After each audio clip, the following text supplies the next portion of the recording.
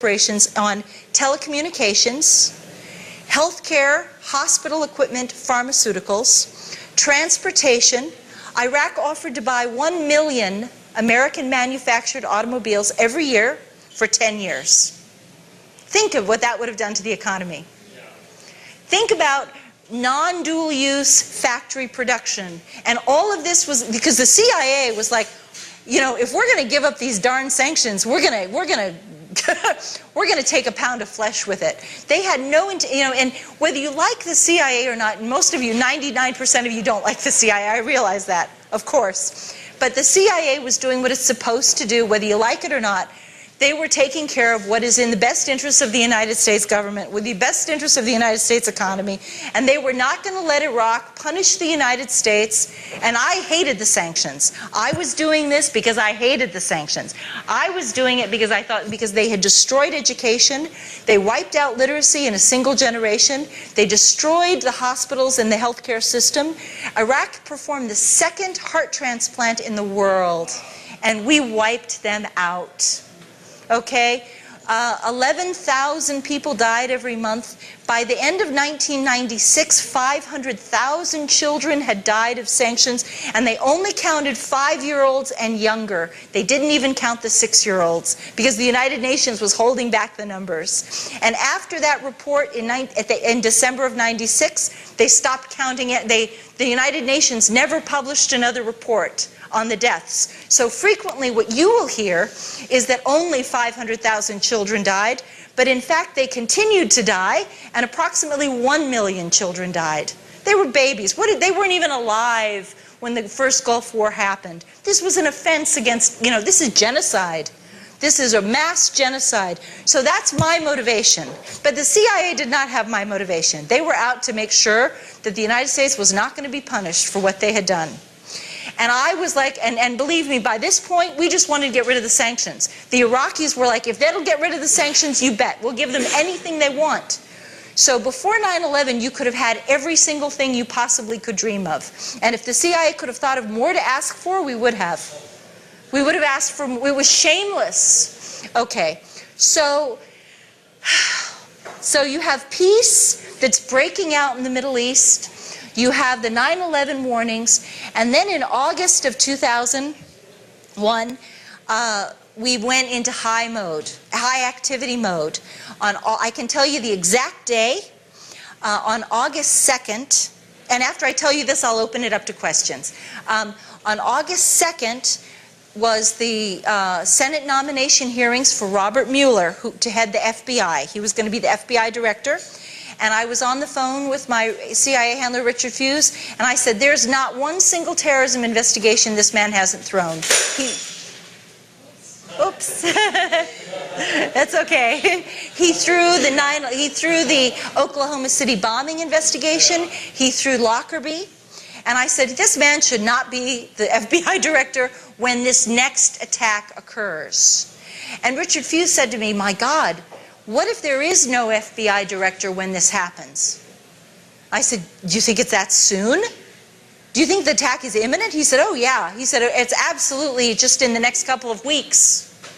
He said, I don't want, and I said, well, God, Richard, I'll go back to New York right now, and I'll pump the Iraqis and see if they've got anything from Baghdad. I'll see if they have any news for us. And he said, oh my God, Susan, do not go back to New York City. It's too dangerous.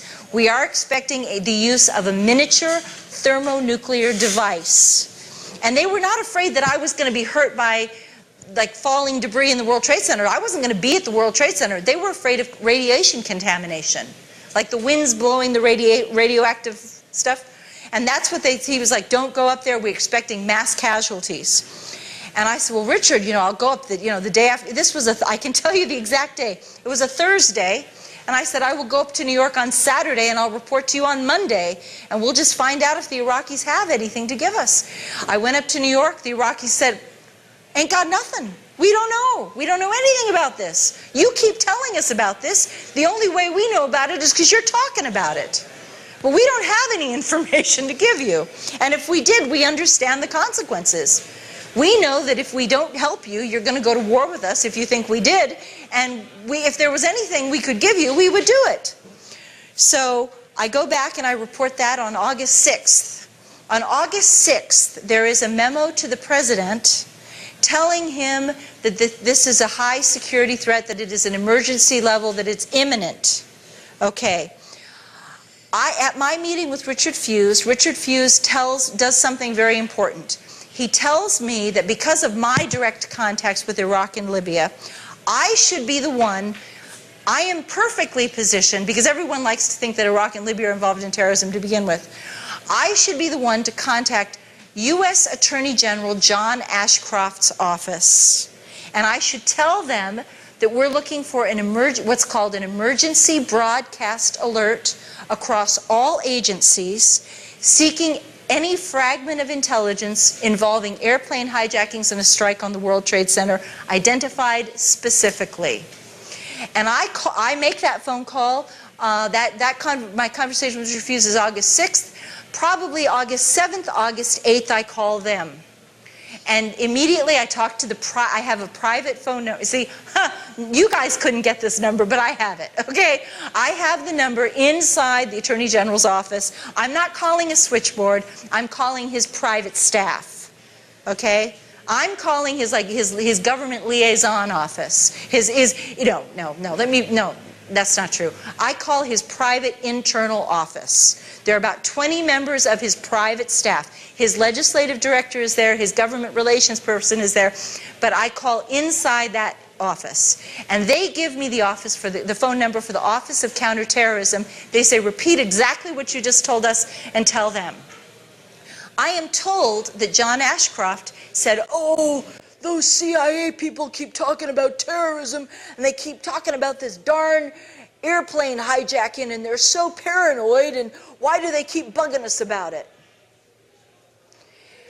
That's what I'm told they said. But I did what I did. And when I did that, I apparently tripped some wires, because it denied the White House, it denied the Justice Department and the Attorney General's office of deniability. Plausible deniability. And that's very important. And that is why they came after me so hard and tried to destroy me utterly, because they could not admit to you that we had absolutely anticipated this thing. We knew it was going to happen exactly as it did go down, with one exception. And here's where and then I'm going to finish this, and then I'll open the floor to questions. What I have learned since then, now all the things that I've told you are things I did directly. So I'm telling you, I'm not relating what somebody else did or a conversation that somebody else had that has been reported to me. This is direct primary knowledge from my own experience. But what I'm going to tell you now is from somebody else, okay? And so I distinguish these two things. I have been told that by somebody who saw the videos that at the World Trade Center on from approximately August 23rd, and it could have been August 22nd, it could have been August 24th. Okay, approximately August 23rd until approximately September 3rd. And again, it could be September 2nd. The spooks can be weird about this stuff. Okay, they could say, well, it wasn't September 4th. So no. No, it could have been September 3rd, okay? It could have been September 2nd. Right? And within a couple of days of this, my friend says that at approximately 3 o'clock in the morning, strange vans, and there were just maybe 3 of them, he said, that not just a couple. The way he put it was a couple of vans. So we're thinking 3, possibly 4, but most likely 3. A couple of vans arrived at 3 o'clock in the morning after the janitorial trucks had left the building. It's very important because they were able to identify the vans according to make, model, color, and there were no markings on the vans. But the janitorial vans did have markings. And so they were able to distinguish that these are not the same vans. And they know how the janitorial trucks left the building, and they actually tracked the paths that the janitorial trucks took to drive home. Like the janitorial workers were driving down certain roads to get over to their houses, and the CIA, or the FBI, the NSA folks tracked those people home. And he was quite convinced that these are not the same trucks. And between the hours of 3 o'clock and 5 o'clock, these trucks had never been in this building before. It was an anomaly. Definitely, it wasn't like it was going on for months and months and it just continued. They showed up for 10 days, 10 or 11 days approximately, then they were never seen again. And that's when they believe they wired the building. And they do believe, and my friend told me absolutely it was a thermite bomb. A thermite bomb with, it was a thermite bomb with potential sulfur in it. The sulfur makes it, the important thing about a thermite bomb is it is an extraordinary heat-reducing bomb. Okay, it takes steel and it creates molten steel. So it takes beams of steel and it turns it into molten steel, and it just everything underneath just sinks into the ground like what you saw. And it is a special U.S. military-grade weapon. Okay, it is a military-grade weapon. It's not something you could make ever in your kitchen or your garage or your living room. It is impossible for you to do this. This is a U.S. military weapon. And so I do believe that helps to explain some of the missing pieces. And I believe this is what happened. They'd known about the terrorist attack for months. There is a long-term advanced knowledge. Assets are being watched. The so-called terrorists, whether you want to think of them as whether they're real, Mohammed Atta was an asset trained by the United States government, supervised by the United States government. And I can assure you that assets, and I'm speaking directly from my own personal experience, assets are heavily controlled individuals.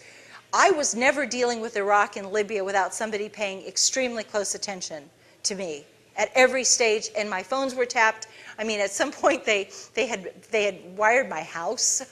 When they had the handover of the 2 Libyan men, I went down to my basement the same day that they handed over the men, and my ceiling of my basement had been torn out, and there were cable wires dangling from the ceiling, about a dozen cable wires.